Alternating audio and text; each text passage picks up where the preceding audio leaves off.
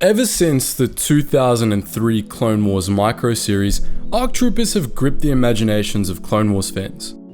From their dramatic introduction in the Star Wars Republic comics and Clone Wars comics to their regular appearances in Star Wars The Clone Wars, the Republic's advanced recon commandos have been unfailingly badass. And if these appearances have left you wanting to learn more about ARC troopers, fear not, that's what we're here for. In this video, we're going to be taking a complete look at these clones, considering their training, arsenal, classes, history, and much more.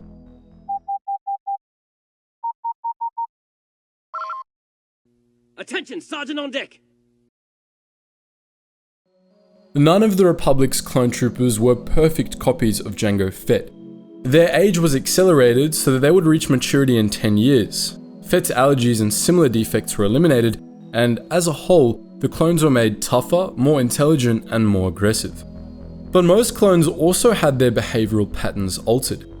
They were made more obedient, more social, and better suited to teamwork, in contrast to the defiant and antisocial Jango Fett. This, the Kaminoans believed, made them better soldiers, but it also made them much less independent and also a bit less creative. During the early stages of the clone trooper program, Fett suggested the Kaminoans produce a batch of clones that lacked these behavioral alterations for use in covert or otherwise delicate missions that the rank-and-file clones wouldn't be suited for. This led to the beginning of the Clone Commando program, as part of which the Kaminoans grew 10,000 clones with less extensive behavioral modifications. On Fett's urging, however, Kaminoans also made a small batch of clones with no behavioral modifications at all. These were named the ARC troopers by the Kaminoans, aggressive recon commandos. The ARCs weren't fully unmodified clones. They still had accelerated aging, they lacked various minor genetic defects Fett had, and their intelligence and physical prowess were still greatly enhanced. But as far as their personalities were concerned, they were, as a clone commando once put it, pretty much pure Jango. This made them incredibly effective. They weren't only extremely tough, but also intensely creative and, above all, fiercely independent. The ARCs were super soldiers, grown and trained to be one-man armies, the best of the best. But they weren't as soldierly as their common brethren. ARCs were loners, having inherited Jango's antisocial tendencies, and they were also known to question or even outright disobey orders. Because of this, the Kaminoans feared the ARC troopers. The first cohort of ARCs, which were experimental and somewhat unstable, were too independent for their liking, and so the Kaminoans branded them as Null-class and slated them for termination. The Nulls were saved from an untimely demise by Cal Skirata, a Mandalorian whom Jango had brought on to train the clone commandos. However, the Kaminoans continued to have reservations about keeping them alive, and Skirata ultimately had to adopt them as his children to protect them. The next group of ARCs, which the Kaminoans labeled the Alpha class, were more stable, but they were still too unstable for the Kaminoans' liking. After their training was complete, the Kaminoans put these ARC troopers in stasis into Poker City to be activated only as a last resort. Fortunately for the Alphas, the need for a last resort came only 2 months into the Clone Wars following the first Battle of Kamino. As Poker City was on the verge of falling to Separatist forces, Shakti convinced the Kaminoans to release the ARC troopers. The ARCs immediately set to work and turned the tide of battle. Following this engagement, the Jedi realized the potential of the ARC troopers, and they began to be deployed on battlefronts the galaxy over. Technically, the ARC troopers weren't part of the Grand Army of the Republic proper. They were part of the Republic Special Operations Brigade, a separate unit composed of the Republic's commandos. Even then, ARC troopers typically operated autonomously of the standard rank structure. They worked solo or in small teams composed solely of commandos or ARCs, and some specially trained veteran clone troopers. Many ARCs worked as liaisons to Jedi generals, acting as second in command of GAR units, and oftentimes, ARCs were given de facto authority far above that of their rank. With that said, ARC troopers did have ranks, and during the early years of the war, these were designated by the colored stripes on their armor. Most ARC troopers had the rank of lieutenant, as indicated by their blue armor stripes, while others were captains and had red armor stripes. There was only one known ARC Sergeant, a member of the Null ARCs, identified by his olive armor stripes, and a handful of ARCs received promotions to the rank of Commander, identified by yellow stripes. Due to their status as elite commandos, ARC troopers were afforded all manner of specialty equipment beyond what ordinary clones had access to. They had improved versions of the standard Phase 1 and Phase 2 armor sets, both of which were more protective and allowed for greater maneuverability, combining the best aspects of Phase 1 and Phase 2 kits. The HUDs in their helmets had a bunch of extra features, as did their gauntlets, which featured built-in hollow projectors, grappling hooks, and tasers. ARC armor also had attachment points for all manner of extra equipment that ARC troopers and later ARC trained clone commanders were allowed to customize their armor with. The average ARC trooper wore a kama, a flexible armor weave skirt that protected the wearer's legs, and a pauldron, which provided extra protection around the chest area. ARC armor could also be upgraded with extra pouches, allowing ARCs to carry extra ammo, rations, grenades, small mines, and medkits. ARC helmets could be customized with rangefinders, and gauntlet plates could be further customized with miniature flamethrowers and rocket dart launchers. Many ARC troopers wore small jetpacks. On top of all this, ARC troopers had access to variant armors for use in specific situations. For example, ARC heavy gunners and pilots had their own distinctive kits. Of course, ARC troopers also had access to an ungodly large arsenal of weapons. On top of the standard DC-17 hand blasters, DC-15S blaster carbines, DC-15A blaster rifles, and DC-15X sniper rifles, ARC troopers made regular use of heavy-duty Westar M5 blaster rifles, Z6 rotary cannons, PLX-1 portable missile launchers, and enormous reciprocating quad blasters. ARCs also had a broad selection of grenades, including standard frag charges, EMP and ion grenades, and reverse polarity pulse grenades. Some ARC troopers were known to carry portable recon droids or HX-2 anti-personnel mines. Now that we've got the basics covered, let's talk about the various classes of ARC troopers, starting with the Nulls. As we mentioned earlier, the Nulls were the first batch of ARC troopers produced by the Kaminoans, and they were experimental and unstable. Originally, the Nulls were a cohort of 12, but only 6 survived the gestation process. Described by Kaminoan scientist Urun Wa as highly intelligent, deviant, disturbed, and uncommandable, they were adopted and trained by Cal Skirata, a piece of work who trained the Nulls to be ultimate soldiers. The Nulls were the best of the best, even more so than the regular ARCs, trained in black ops, assassination, medicine, slicing, counterterrorism, and espionage. They were highly resistant to torture, had photographic memories, and their blaster accuracy ratios were second to none. They were also unpredictable and volatile, with some serious issues that Cal Skirata probably didn't help by training them to kill. In fact, Skirata made matters worse, and there's evidence to suggest that his training gave his sons PTSD. The Nulls would have done better to be adopted by a therapist, but instead, they spent their formative years being trained to lean into their anger issues so as to murder people better. On top of all this, Cal Skirata raised the Nulls as Mandalorians, which really just made them worse. Thus, not only were the Nulls semi-unhinged, edgelord super soldiers, but they also saw themselves as honorable warriors, and they rationalized their flaws and issues as noble Mandalorian warrior stuff. Skirata named all 6 of them after Mandalorian warriors of old, or Mando'ar words and concepts. Thus, Null 5 became Prudai, Mando'ar for Shadow, Null 6 became Comrock, Mando'ar for Gauntlet, Null 7 became Miriel, named after Super Commando Jasta Miriel, Null 10 became Jang, named after a Mandalorian mercenary from the time of the New Sith Wars, Null 11 became Ordo, named after Canderous Ordo, and Null 12 became Arden, Mando'ar for Rage, named in honor of the anger issues none of the Nulls ever got treatment for. Each of the Nulls had their own personalities and special set of skills. All were lieutenants, except Ordo, who was a captain, and Arden, who was a sergeant. Prudai specialized in stealth and sabotage, especially in droid factories, and he was noted by his fellow clones for being a cynic and a wise-ass. Comrock specialized in intelligence gathering and torture, and he was quiet and extremely detail-oriented, which made him good at sniffing out lies. Miriel was considered carefree, charming, and sociable, a frequent haver of one-night stands and a known daredevil, skilled in counter-terrorism and genetics. He was also a lunatic, known for using a nerve prod to torture Kaminoan scientist Ko-Sai into hanging herself after kidnapping her to get her to help him undo the clone's accelerated aging. Jang was an assassin and expert sniper, slicer, and tracker. He was also a lunatic in good company. After the death of Ko-Sai, Jang made a set of gloves out of her skin.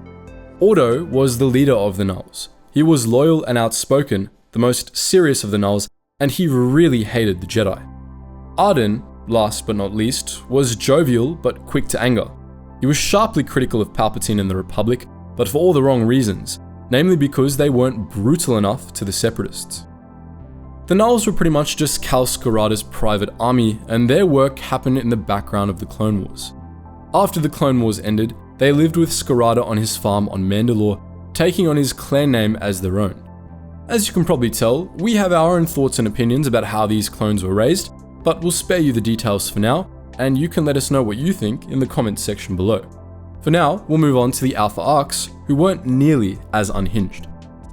The Kaminoans put out 100 Alpha class ARC troopers, all of them exact psychological duplicates of Jango Fett. They were much more stable than their Null-class predecessors, and they were all trained personally by Jango Fett himself.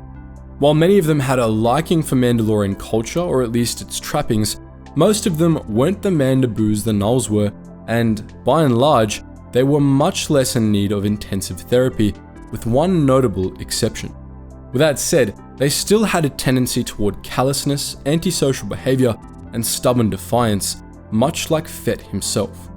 The Alpha ARCs tended to be darker than their ordinary brethren, but they still got on decently well with the Jedi, and unlike the Nulls, they could actually function within a broader military framework. They were still one-man armies with that said, and their training was still second to none. While the Nulls had a real hate burner for any sort of orders that came from anyone who wasn't Kal Skirata, Jango raised the Alpha ARCs to follow their orders, except when those orders were dumb, in which case the ARCs wouldn't hesitate to correct their superiors and propose a better plan. Unbeknownst to the Kaminoans, Jango also trained the ARCs with special contingency orders to follow in case Topoka City was on the verge of falling, per which the ARCs would destroy the entire city to prevent the capture of young clones. In the words of Alpha 17, they grow up loyal to the Republic, or they don't grow up at all. During the Clone Wars, after their initial deployment in the First Battle of Kamino, the Alpha ARCs filled a variety of roles. Some worked solo or in small groups as commandos or infiltrators. Some, like Captain Fordo and the Munilants 10, formed their own elite units, and some, like Alpha 17, acted as clone liaisons to Jedi generals. The Alpha ARCs dominated whatever role they were given, often changing the courses of entire battles with impressive displays of combat skills. Out of the 100 Alpha class ARCs, only one was aberrant, Alpha 2, also known as Spar. Spar was born not only with Jango Fett's personality, but also with some of his memories, which, as you might imagine, caused psychological issues that led him to deserting the Grand Army and striking out on his own. During the Clone Wars, Spar became the leader of the Mandalorian Protectors, a separatist-aligned Mandalorian faction that took control of Mandalorian space and fought in several battles against the GAR. On the urging of his closest lieutenants, Spar claimed to be the son of Jango Fett and took the name Mandalore the Resurrector. He survived the Clone Wars, but most of his protectors didn't, and the loss of most of his followers left Spar with some serious trauma. In what seems to be a rarity for ARC troopers, Spar responded to this trauma by taking time for himself, retiring and giving up the title of Mandalore. He was later killed by Boba Fett's daughter after she mistook him for her father. The remaining 99 Alpha ARCs were all perfectly stable, and though a few more did desert over the course of the war, none of them joined the Separatists.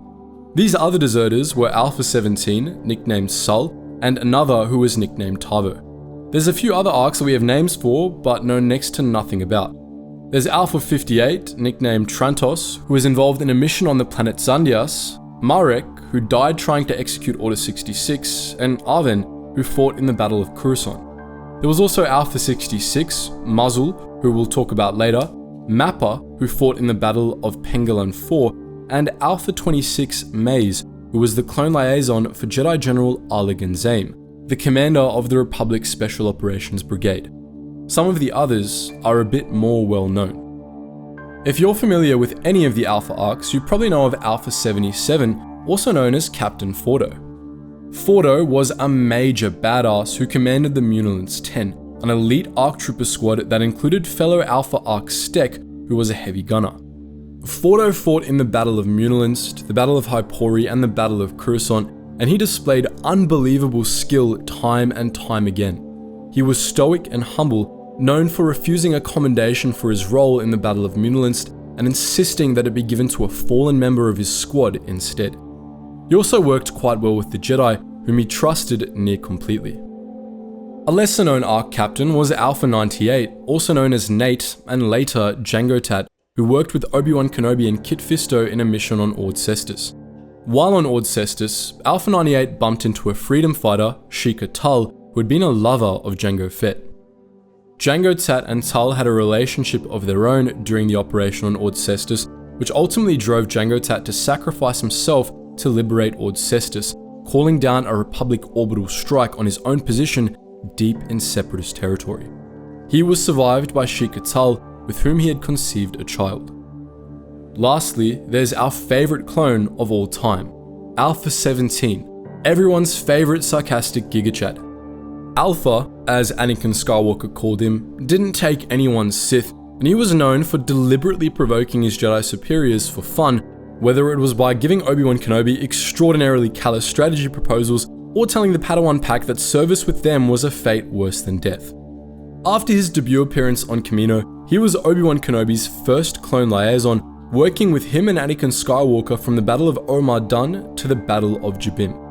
At Jabim, he and Kenobi were presumed killed in action, but had actually been captured by Asajj Ventress.